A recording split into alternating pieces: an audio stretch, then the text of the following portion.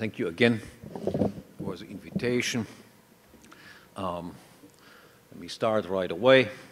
In the end of 2007, we had one of the greatest economic and financial crises breaking out since the early 1930s, or more precisely since 1929.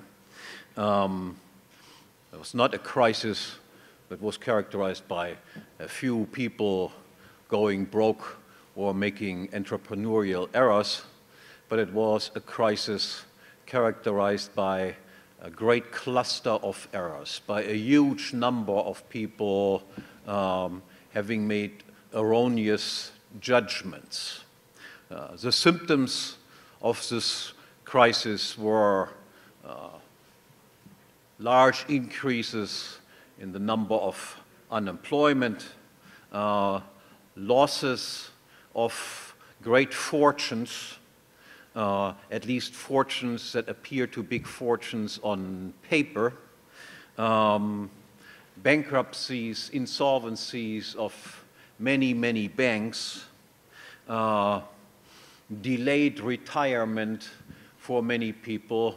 People thought that they could retire in a year or two, now have to work for another 10 years before they reach this desired end. Reduced inheritances that people received. So what happened was basically an illusion of great wealth, of great fortunes, an illusion clashed with reality and turned out to be just an illusion. Now, who would we expect to have predicted this and possibly prevented something like this?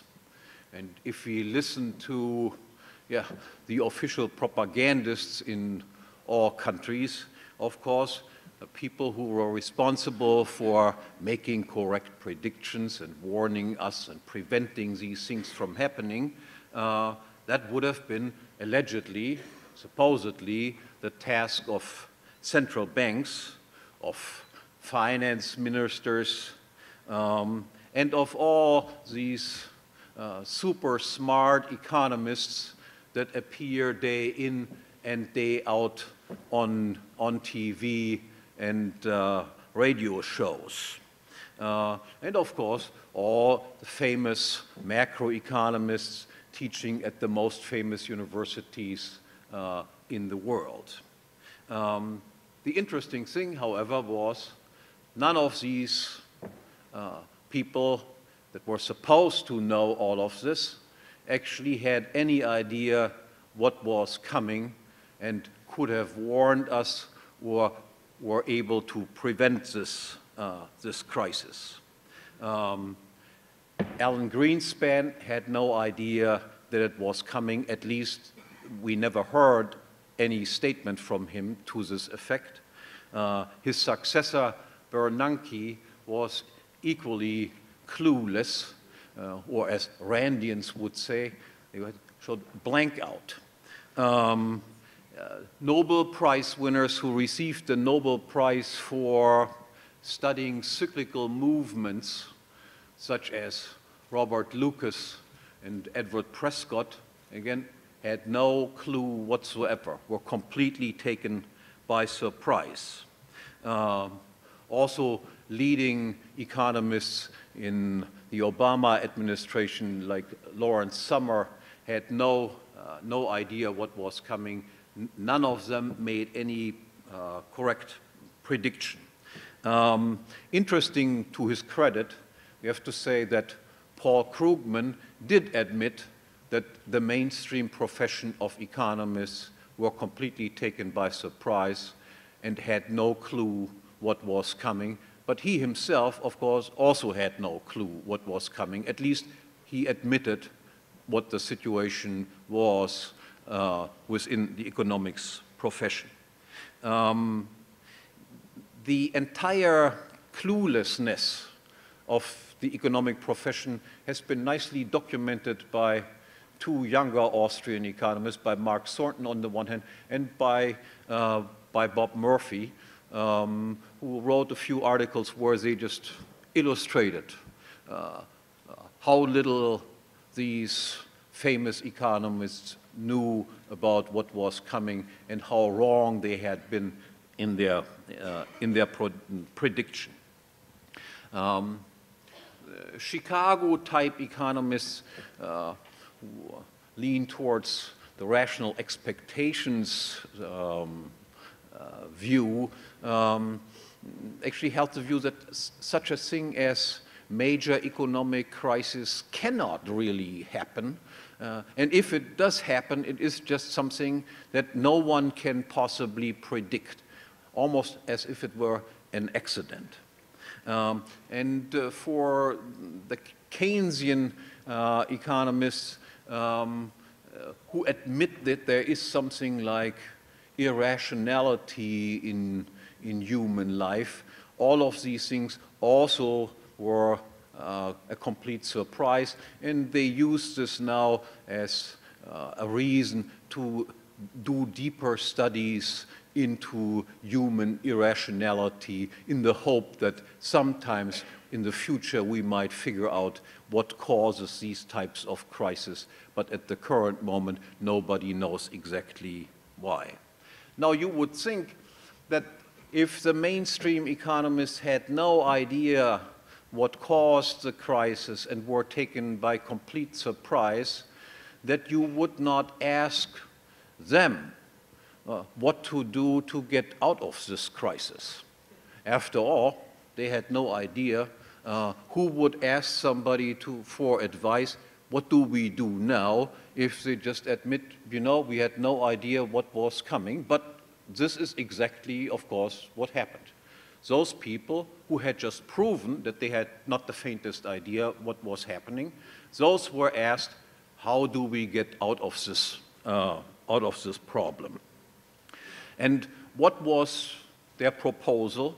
Again, proposals, of course, were somewhat different from one big shot to another big shot, but by and large, they all came to conclusions something like this. Either we just don't do anything at all, leave the entire structure of central banks and private banks attached to central banks as it is, or we do some slight minor reforms within the current systems and try out what the consequences will be in the future,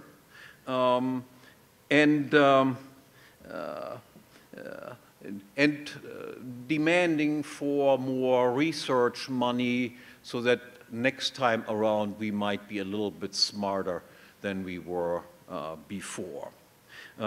So they asked for greater powers to be given to the central bank, greater powers to be given to government and to various supervisory boards and control institutions, because of one thing they were all sure, that is, that it was a crisis of capitalism that had shown itself in this financial crisis. It had nothing to do with a crisis of the current banking and financial system. It was a crisis inherent in the structure of capitalism, and it was partly caused or largely caused by greed. The state, in any case, was the big savior. And of course, one had to have more research money to study these things in greater detail in the future. And on one thing, almost complete agreement existed among all these people who were clueless. The agreement was that, that a policy of easy money and credit had to be followed in order to get out of this crisis. Now, it seems to be clear that if you make the proposal in order to get out of this crisis, we have to pursue a policy of easy money and easy credit, then implicitly you must admit that it is, of course, not easy money and easy credit that actually caused this crisis, because if you think that easy money and easy credit caused the crisis, then you obviously would not recommend that you pursue a policy of easy credit and easy money now to get out of it. But in any case, so this is what they all recommended. Whether Keynesians or monetarists, easy money and easy credit was the way out of the crisis. Now, but what if it was precisely this, namely the existence of central banks and easy money and easy credit, which were the true causes of the crisis? This, as you, I'm sure, know, I've heard probably from Bob Murphy, I was not at his speech. This is, of course, what the Austrian thesis is. This is the thesis that Mises first developed in his book on money and credit, published in 1912. And Austrian economists who had learned from Mises and had studied in detail this thesis, easy money and easy credit are the causes of economic crisis, were in fact the only ones who did predict the crisis in time. To name just two, Mark Thornton predicted the crisis correctly a year before it broke out, roughly. And another friend, Frank Shostak, did the same. Austrians also correctly predicted the crisis that we had in 2001, the internet crisis. And Austrian economists had already predicted, Mises and Hayek, the great crash that occurred in 1929. Now you would think that given their record of successful predictions, that governments and so forth should have and would have turned to Austrians for advice. Now, what do we do in this situation? The question is, why didn't they ask Austrians? And the answer is quite simple. Because what the Austrians give as advice, what their answer is, how do we avoid these types of crises in the future, is absolutely unacceptable to the powers that be. Because that would imply, and that will become clearer as I go on in my speech, that would basically imply that the central bank would have to be abolished and the current monetary system built around central banks would have to disappear, that governmental paper currencies, fiat currencies, would have to be abolished, would have to disappear. And of course, if such reforms would have been instituted, this would have meant mass unemployment among most macroeconomists.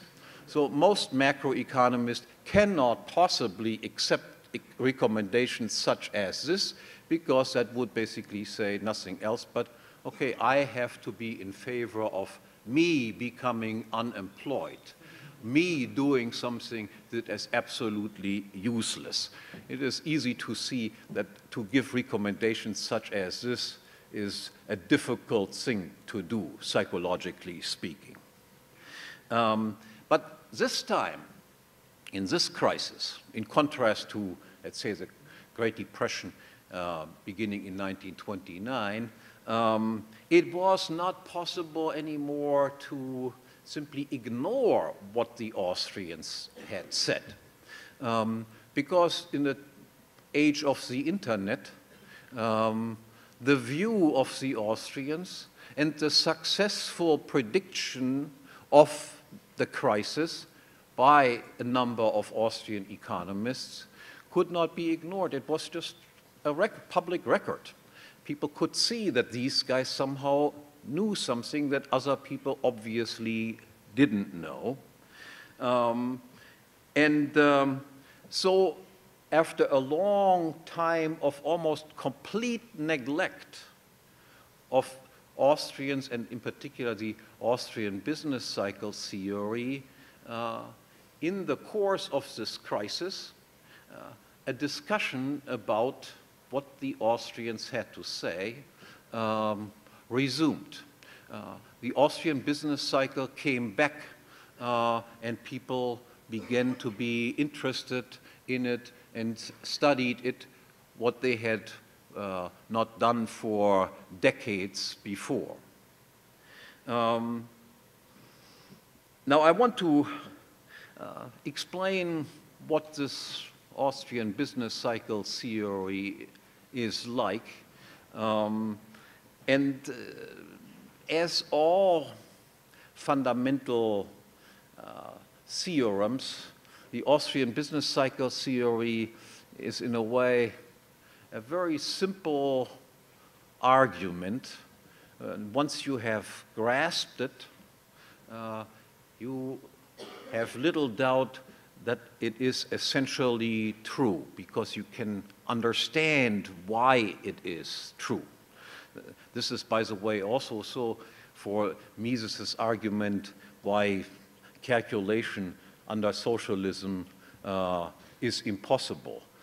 Once you hear the argument, if there is no private property in factors of production, then there are no prices for factors of production. If there are no prices for factors of production, then you cannot compare input prices with output prices. You cannot determine whether you produce efficiently or inefficiently. Once you have grasped this argument, you are surprised that it has taken so long to take hold in the general profession. It is a very simple argument once you have heard it and grasped it once. And the situation with the Austrian business cycle theory is in a way very similar. Now assume that you are a central banker. That is, you are the only person, the only institution in the country that is allowed to produce paper money. I jump over the question, how was it possible that paper money even came into existence? Because we cannot begin monetary development with just paper money. Paper was initially just titles to something else. But I jump over this problem. Assume that you are at the stage where paper money has, in fact, successfully been introduced. Should mention, of course, that can never be done without engaging in some sort of criminal activity. But this crime, let's forget. So you are the only person in the country that can print paper money. Nobody else is allowed to do it. Anybody else who does it will be jailed as a counterfeiter and put into prison. Now, what will you do if you have this type of monopoly power? Now, if you were an angel, you might not do anything. But if you are just a normal person, you will, of course, realize that you have some sort of magic wand. All you need to do is you print up at almost zero cost pieces of paper, and then you can turn around and buy a Mercedes or a BMW with this piece of paper. You will also make a surprising discovery, or not so surprising discovery, namely that you have far more friends than you ever imagined that you might have, who all come to you and tell you, look, I need a BMW also, a nicer house would also not so bad for me. Can you help me out? And they, of course, will also promise to help you out insofar as to propagandize the idea of how valuable your service is as a central banker, that you can print money out of thin air. Now, what is the consequence if I print up additional sums of paper money? I should add one additional thought. Now, what are the consequences of printing up additional money? Obviously, by printing up additional money, society as a whole cannot be made richer. If that could be done, then we could not explain why there are any poor countries on earth. After all, even the craziest countries in the world are able to run printing machines. And we could not explain why it is that there is a single poor person on earth. But nonetheless, and this is something that I find often mind-boggling, it seems that the entire economic profession believes in alchemy. That is, they all, again, recall, increasing the money supply is the way that we are trying to get ourselves out of a crisis. Almost the entire economics profession seems to believe in the same sort of miracle that alchemists believed in, that you can take something that is absolutely worthless and somehow create wealth with this. Additional pieces of paper are just that, additional pieces of paper, not increasing the wealth in society that consists of consumer goods and producer goods one whit. Now, what this new money does is, of course, it raises prices. But while it cannot make society as a whole richer, it can make those people richer who get the money first and spend the new money first. He who gets the money first can now buy additional goods. Prices then begin to rise. Those people who get the new money last, or not at all, or later, they will have to pay higher prices. So additional sums of money redistribute income within society without making society as a whole richer. Those people who get the money first become richer at the expense of those people who receive the money very late in the process. They become poorer as a result. So it engenders a redistribution of wealth and income in society, but it cannot possibly make society as a whole richer. Now, from your point of view, again, recall, you are the central banker. From your point of view, of course, this system is just simply perfect. And of course, also for your friends. Except it has one flaw, and the flaw is it is easy for other people to realize what is going on. That is, people realize, oh, this guy is simply printing up money, and then he buys himself something nice, and in the course of it, the rest of, and of course, those people who get the money next, they are also improving their standard of living, but the rest of the people will become poorer as a consequence. That is, this simple, easy money policy, while that is perfect from your point of view, has the major disadvantage that almost everyone, after a short period of time, will realize this is just a big fraud.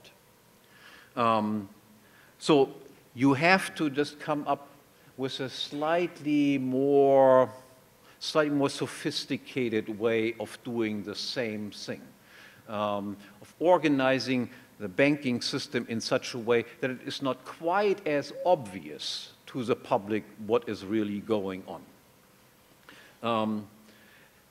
And this brings me to the basic structure of the current financial system. And it goes like this. So now you are looking for the leading bankers in your country. And make them your friends. You form a banking cartel. You are not simply buying goods with newly printed money. Instead, you loan out your freshly printed money at interest rates lower than market interest rates. Actually, you can even loan out your money at zero interest. After all, you can create this credit out of thin air. So you don't have to save anything in order to extend a credit to somebody else. You just simply print up the credit, and then at very low interest rate, you loan it out to your banker friends. These banker friends, of course, gladly accept your low interest credit and loan this credit out to their main clients. Also at lower rates than market interest rates would normally be. And you even permit your banker friends that they can, on their own, create additional credit on top of the credit that you as a central banker created. Now you realize that this already looks somewhat different. Now it looks not like you are simply buying something to consume. Now it looks like there's really investment going on, that you are really caring about investment rather than your personal consumption and your personal enrichment. Now, what are the consequences of this easy credit policy? To some extent, they are the same as the ones that I explained when it comes to easy money policy. Of course, prices will be higher than they otherwise would be because more money has been brought into existence. Again, there are no more goods that are created by this type of easy credit policy. There are just as many goods in existence as there were before. But again, there's a redistribution of wealth and income taking place in society. You earn interest on your credit that you created without any cost. Your friends, the bankers, also earn interest on credits that they received at almost zero cost from you, the central banker. But everything is somewhat less obvious what is going on, and everything looks more like a long-term investment rather than an open and obvious fraud.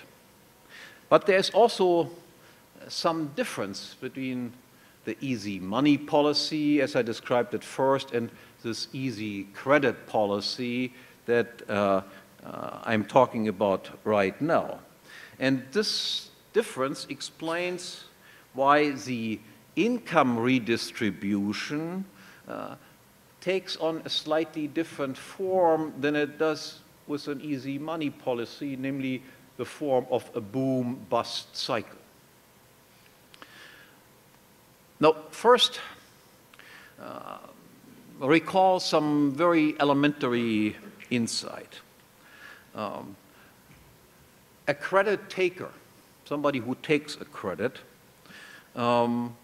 takes this credit in the expectation that he will be able to repay the credit, that he will be able to pay the interest that he must pay for the credit, and that he will make on top of the interest an additional profit. Otherwise, he simply would not take the credit. And the person who gives the credit expects that he will receive the credit back and that he will be paid an interest on the credit. Otherwise, he would not be someone who grants a credit to another person. Now, before this background, now I want to show in a step-by-step fashion the consequences of an easy credit policy. Again, recall, easy credit policy is credit is created out of thin air without previous savings, just by printing up additional notes and offering these notes in the form of credit. As a central banker, you can create the credit, as I said, out of nothing. Actually, practically speaking, at zero cost. You do not have to save first in order to extend a credit. Because of this, you can always undercut the market interest rate. And if everything works well, you earn an interest income,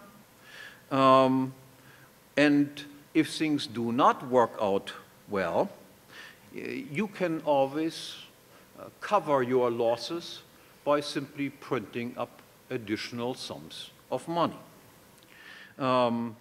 So you can, by granting credit to people, be very generous. You can be very undiscriminatory, so to speak.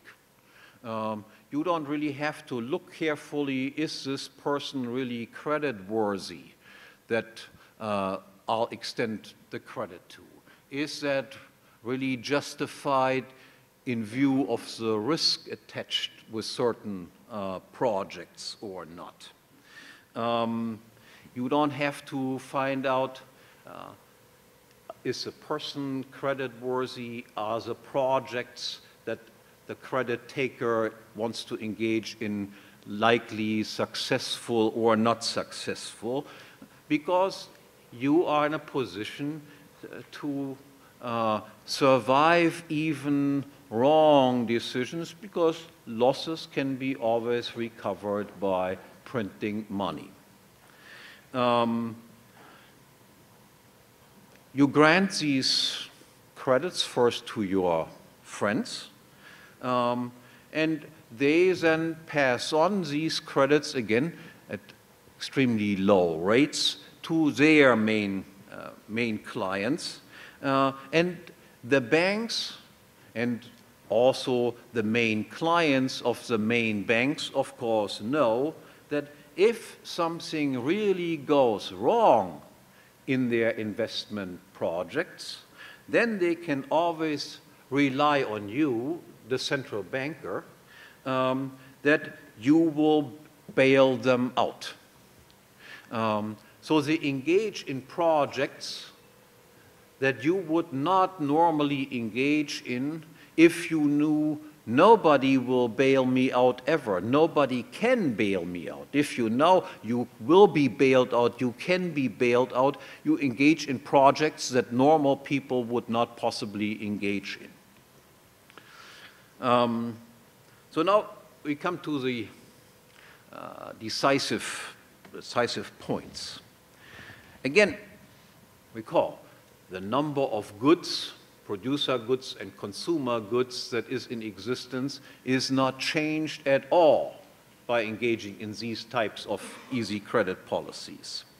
But there are more and more risky credit takers than otherwise would be the case. They have now more money, and they draw more of the existing production factors and consumer goods onto them and bid them away from the hands of other people. There is a redistribution, so to speak, of production factors taking place, going into the hand of increasingly risky projects done by less creditworthy individuals. There are more investment projects underway which are expected to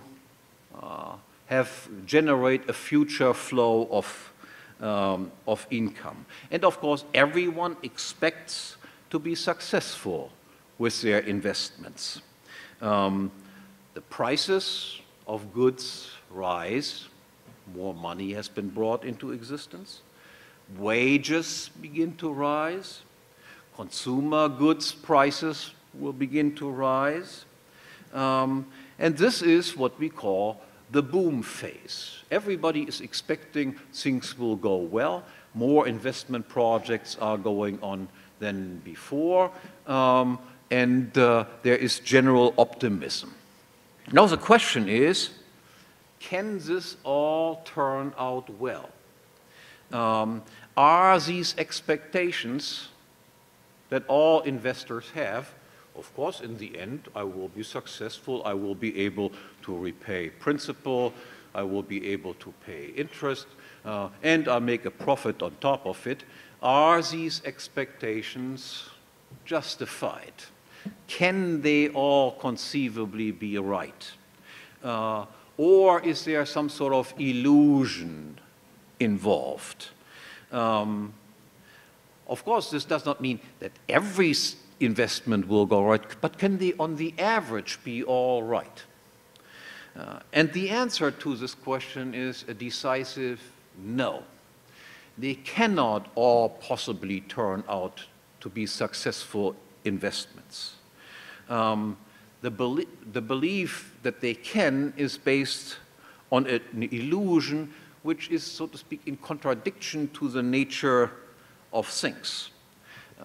This illusion is based on the false assumption that you can produce something out of nothing, or that you can produce more without having any additional production factors. And this is obviously not possible. You cannot produce something out of nothing, and you cannot produce more of goods without having with having just the same quantity of production factors that you had before. And I'll explain that in a little bit in a moment in greater detail. And since this is impossible, we can predict that these illusions will have to clash after some temporal delay with reality, and that there has to result in supernormal or supranormal number of errors and business failures as a consequence of this easy credit policy. Why that is can be best understood if we compare an easy credit policy with what we might call a hard credit policy. An expansion of easy credit as compared to an expansion of hard credit. What I mean by hard credit is simply this. Hard credits are the result of savings. Savings means I abstain from buying up certain goods. I abstain from consuming certain goods. I don't buy Coke, I don't buy a beer, and hand over the money that I have saved to somebody who takes a credit. By doing this, I have basically given the investor the beer that I didn't drink, the Coke that I didn't drink, and gave him the beer and the Coke. We can call this also commodity credit. Now, even if I give him money, but the money is the result of genuine saving, I have given the person who receives the credit real goods that he can use for his investment, his investment projects. Now, if I have provided an investor with commodity credit, it is possible that now more investment projects can be performed, can be started, and can be completed than before. Look at superficially, it looks exactly like an easy credit policy. There are also more investment projects going on in both cases, but in one case, so to speak, the credit taker receives goods that I have not used. In the other case, he does not. The credit was created out of thin air without having saved anything. I still consume the beer and the Coca-Cola and do not give the beer and the Coca-Cola to the investor. I consume it just as I consumed it before, and the other one begins an investment project without being equipped with beers and Coca-Cola and bread and butter and so forth. Now, to make an additional investment successful, that is, to make it an investment that allows that the credit is paid back, that interest and profit is paid back, that profit is made. At the end of the investment project, more goods must exist than existed at the beginning. Only then is it possible to pay interest and to make a profit on top. But more goods can only be produced, more goods in the future can only be produced if we have more production factors available. Because out of nothing, we cannot produce anything. Out of an unincreased number of production factors, it is impossible to create a larger number of future goods. Now, this is obviously trivial. Again, take a look at somebody an investor who is equipped with a commodity credit, a credit resulting from previous savings. He does have additional production factors. The saver gives him goods which the saver did not use himself. Take Robinson Crusoe and Friday, the most elementary example, and nonetheless that can nicely illustrate, so to speak, the difference between easy credit and genuine commodity credit. Let's say Robinson saves, Robinson produces fish, and he saves some of the fish. He doesn't consume the fish. Now he extends a credit to Friday. The credit consists in fish. That is, Friday receives the fish that Robinson Crusoe did not eat. What does Friday now do with the credit? He uses the credit, the fish, in order to build a net. And with the help of the net, he is able to produce a larger quantity of fish in the future than was produced before. He is able to repay the credit to Robinson, the fish that he has received. He is able to pay Robinson an interest, that he gets an additional fish, so to speak. And Friday himself makes a profit on top. Both of them, Robinson and Friday, are richer at the end of this than they were before. Now, imagine, however, what Robinson does is he simply gives Friday a piece of paper that says fish. He has not saved fish. What will happen with Friday in this situation? Now you immediately realize if in this two-person model, Friday would not even accept this type of credit because he realizes how fishy the whole thing is. But what of course happens is Robinson giving this piece of paper that says fish, Friday begins to produce a net, but while he produces the net, he needs to eat. And there is no fish. So he will never be able to complete the project, come to the point where a larger amount of fish has been produced, and then repay credit plus interest and make a profit on top of it. But in a complex economy, you can see that you do not immediately notice that the pieces of paper that you get are pieces of paper that are not backed by any goods whatsoever.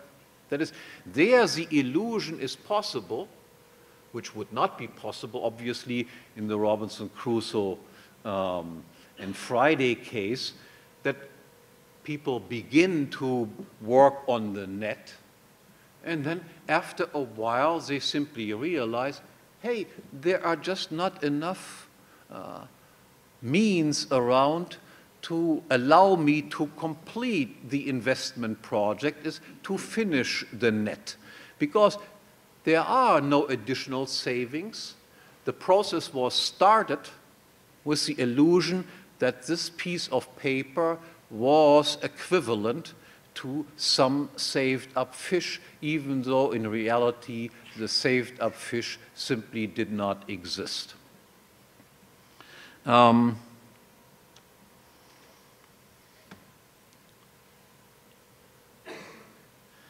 Okay. This simple example shows what goes on a large scale, so to speak, in an economy that is fed by fiduciary credit, by paper money credit without being backed by genuine savings. It is physically impossible that all investment projects that were begun can be successfully completed. A large number of these investment projects will have to fail due to a lack of savings that would allow people to complete all projects that they begin. Now let me say, conclusions this. So the Austrians did not only explain, or cannot only explain, how these illusions of wealth can arise. They have also explained why all of this had to happen if you have a central bank and if you have paper money produced by a monopolistic central bank. Why these are, so to speak, necessary consequences that follow from this type of institutional setup. And they have also explained why, in the framework of the current monetary system, with a central bank, with paper money, the solution to all problems, to all crises that eventually must break out, is always to do the same thing again. That is, as soon as a crisis breaks out, within the given institutional framework, the same mistake will be made over and over again on a larger and larger scale. Every future crisis will be bigger than the crisis that we had before. So if you have a monopoly of printing up paper money, then people will use this monopoly, will use the power that goes with it. As I explained before, no society can ever be made richer by doing this. But it can enrich you, the central banker, and all of your friends. And as long as the whole scheme works out well, you are happy that it does. And if things go bad, if things go down the drain, then you can rescue yourself by bailing yourself out with newly printed money. You socialize the cost, you make other people pay for your mistake, and you privatize the gains. So the solution, or the way out of the current crisis is we engage in the same mistakes that caused the crisis in the first case on a larger scale in order to create in the future a still larger crisis where another boom will be fueled, a boom maybe not in just only asset prices, stock market prices, but a boom in particular in government bonds. And the next collapse, so to speak, might not be the collapse of banks, but it might be the collapse of states themselves. And this collapse then will be cured by hyperinflation as the only way that states have to get themselves out of this mess. Thank you very much.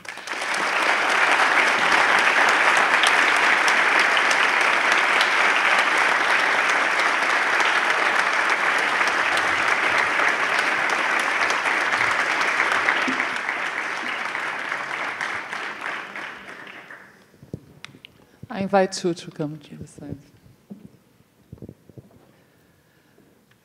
Nós temos 3 perguntas. I already have 3 questions I will try to formulate, okay? Well, the first one is, you mentioned that it's considered public and undeniable that the Austrian school hit on the causes predicting the crisis while the mainstream has failed. Should be for this reason that the Austrian school takes up more space in the mainstream. How do you see the future of the Austrian school? I don't think that the Austrian school will easily replace the mainstream within the existing institutional setup. There are some Austrians who think that the way to go is try to infiltrate the universities and take over university departments and so forth. I consider this to be a failed strategy, an illusion. The entire universities are part of this general setup. Universities are there largely, especially in the social science fields. The function of the educational system is to brainwash people. All universities, including the private universities, are by and large funded by states.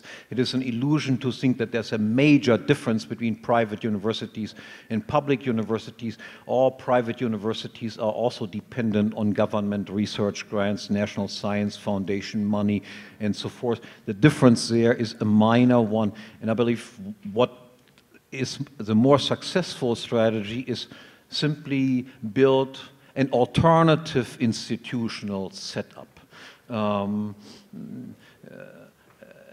Something besides the existing university structures, something like the Mises Institute in the United States does with teaching online courses and trying to lure people to simply give up on getting a university education at enormously high cost and instead learning the right way, independent and outside of the given institutional structure.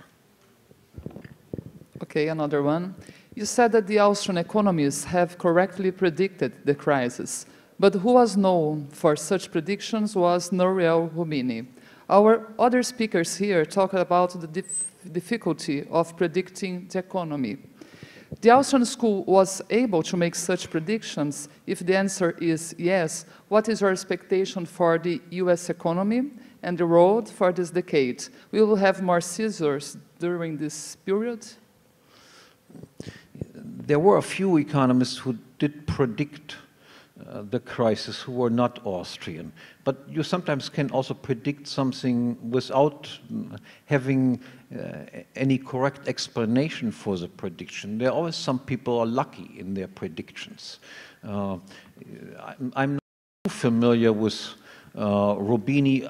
All I do know is when it comes to what he suggested how we get out of the crisis, he was part of the same mainstream that I characterized. He also thought banks should be bailed out, easy money and easy credit would be the way to overcome the crisis, which seems to indicate to me that he was lucky in his correct prediction and that the predictions were not based on a correct theory as the predictions were of Austrians. I don't think he has a theory. The third one. You, as a great teacher of Austrian economy, has classified epistemology as a kind of a branch of praxeology sciences, similar to economics. Could you tell us a little bit more about how it would be function or functionable, I suppose, giving us some examples? I have tried, for instance, to do a similar thing that Mises has done for economics, namely to derive the economic system from some simple axiom, that is the axiom of action, to do something similar in the field of ethics. There the axiom is the axiom of argumentation. Just as Mises says, we begin economics by saying humans act, pursue goals with means in order to reach a more satisfactory state of affairs. When we talk about ethical questions, is something true or false? Is there something like ethics? Is there right and wrong in terms of rules? We also have a starting point from which we can show this starting point cannot possibly be refuted. And this starting point is what some philosophers have called the a priori of argumentation. Because you cannot possibly choose another starting point except the starting point that we talk about these sorts of things. Anybody who would dispute this starting point would be engaged in what is called a performative contradiction. That is, anybody who would say, no, the a priori of argumentation is not the correct starting point, would refute himself by himself engaging in argumentation. And then I try to show that there are certain implications involved in arguing with each other. And that an ethical system can be derived from this axiomatic starting point of the a priori of argumentation. This is one area in which I think a similar method as a method exemplified by Mises can be fruitfully developed. Nós temos uma pergunta da plateia ali atrás. Microfone, por favor, ali.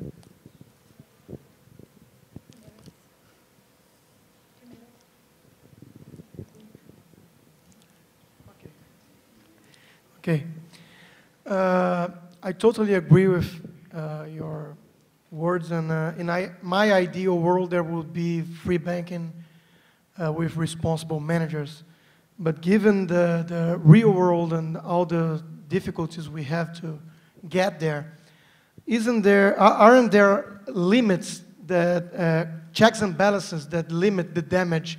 Because Zimbabwe or Weimar in Germany are exceptions. Even in Brazil now we have like a inflation target and some competition in a failed god that is democracy, but that limit the analogy of printing machine at home that would do for sure more damage.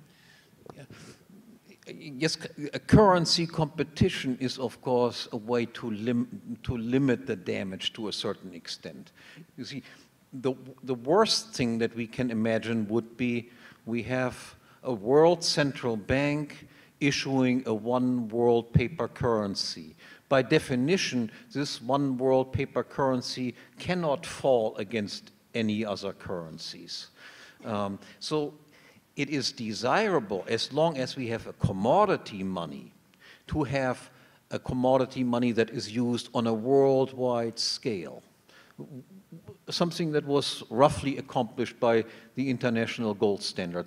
The entire world, so to speak, uses gold as money. If, however, we have paper money, then a one world currency is the worst possible situation, and there we should hope for large numbers of different fiat currencies. But you can see that this is something that, of course, governments try to eliminate also. The euro, for instance, was created in order to eliminate competition between currencies in Europe. It was the German mark, which was always the most solid currency, not because of any inherent characteristics of the Germans, but because Germany had twice experienced hyperinflationary conditions, and the German public was very sensitive vis-à-vis the phenomenon of inflation. And this fact that the German mark was a relatively hard currency and that most European currencies continuously had to devalue their currency against the German mark, this problem was supposed to be solved by creating the euro, and the euro would be, of course, more inflationary than the German mark had been. And the next step, of course, then seems to be, and in this current crisis, it was not an accident that a new debate about the thing arose, namely, shouldn't we create now some super currency, with a dollar, euro, yen, some other currencies, and the dream of Keynes and others to create a phoenix or a bancor as the ultimate problem. So we have to oppose this idea of creating a world paper currency, and rather, as long as we have paper currencies, rather hope that there will be large numbers of paper currencies in existence. At the current situation, you see, for instance, that the Swiss franc has continuously gained value as compared with the euro and as compared with the US dollar, and is a bothersome for the euro and is bothersome for the US dollar. I'm afraid that the United States will, of course, again, use its power not only to undermine the banking secrecy laws in Switzerland. They have already done this. They might go further at one point and try to force a world currency on us. I hope it will not come to that point. But currency competition is the best way to to reduce the danger that you mentioned.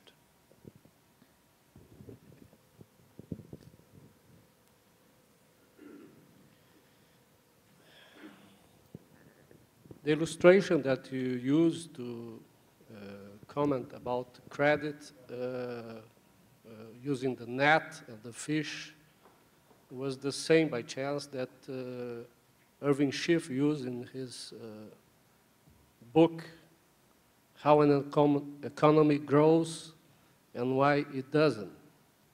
And most of us should know that he's in jail because he tried to put in practice what he believes. And we all here understand that we have great ideas, but we are trying to convince someone that has the gun. How and what is your point of view regarding the transition from this kind of thing that we are living now to a real free world? With respect to Schiff, all I know, Schiff is of course not in jail because he proposed these sorts of things. He is in jail because he refused to pay taxes and said it is taxes are unconstitutional. He might be right on this. I think he was a fool to believe that if he goes to American courts, that the courts will find that he is right. That leads me back to what I said in my talk yesterday. I mean, if you have an institution that sits in judgment on itself in cases of conflicts that they have with other people, you can predict what the result will be. Of course, they will find I'm right, I'm allowed to collect taxes, and you, Mr. Schiff, whether you are right on paper is completely irrelevant. You will always lose. As far as the question is concerned, what should we do?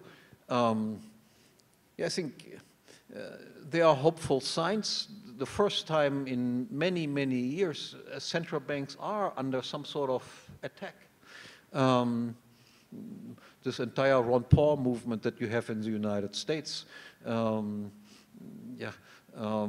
criticizing the Fed and finding lots of people who listen to this type of argument is very hopeful. Until very recently, central banks were, of course, considered to be absolutely taboo institutions. The maestro Greenspan was considered to be one of the wisest and greatest men walking this earth. In the meantime, there are many, many people, hundreds of thousands of people who realize that the guy is just a crook with a nice suit on. So this is, of course, a great advance that we have made in a relatively short period of time. When I was still active teaching at the university, I always told my students there are two branches of government that are the most important ones. One is that the tax collectors; those are the ones that come with leather jackets and break your kneecaps, and then there are the people in pinstriped suits like Greenspan, who are, of course, even far more important and far more dangerous. They do not look as dangerous as the people with leather jackets and with baseball bats to break your kneecaps, but they are the real crooks. And in the meantime, as I said, hundreds of thousands, if not millions of people in the world who realize that that's what they are. Well, we've got here a very philosophical question. You have mentioned that the ethics derives from a true axiom a priori. Is it possible also derives that could it be punishments in the case or for the case that the non-compliance of these true ethics? Yeah, what the ethics first does is just simply explain what justifiable rules there are. I think is another step then to argue what would be the appropriate punishment for rule breakers. Less work has been done on this. I think the basic principle there seems to be that the victim of crimes is a person who should be compensated, and there should be an upper limit to what a victim can possibly demand of a perpetrator. But the victim itself can, of course, also agree to a lesser punishment or to some different forms of punishment below the threshold of proportionality of the crime and the punishment. But as I said, less work has been done on punishment theory than on the theory of what are the positive rules that can be justified. Mais alguma pergunta? Não? Bom, então mais do que... Here, surgiu ali. Professor Hoppe, I would like to know if the current debasement of currencies in many countries of the world is inevitable offspring or outcome of democracies or not?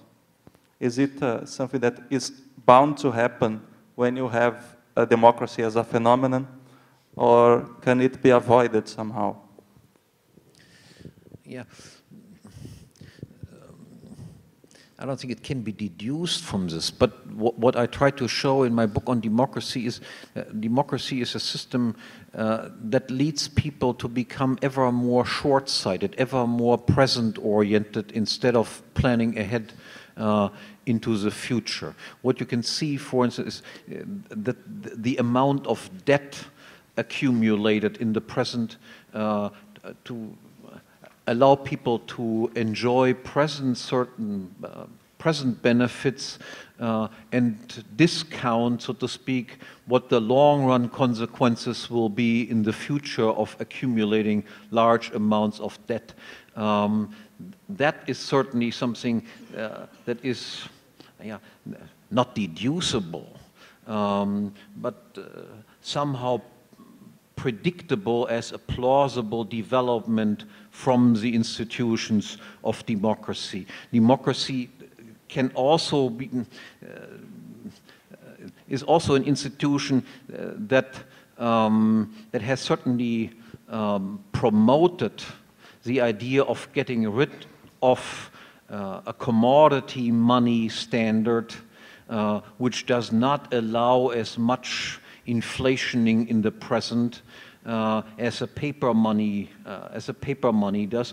So democracy has certainly sped up the process of giving up commodity money and replacing it with a fiat money, because a fiat money allows living it up in the present at the expense of problems arising in the future to a larger extent than it was possible under a gold standard or silver standard or something like this. So yes, democracy creates a mentality that makes it easier to adopt all of these institutions, makes it easier to engage in inflation, makes it easier for people to put up with paper money, makes it easier for government to go ever deeper into debt.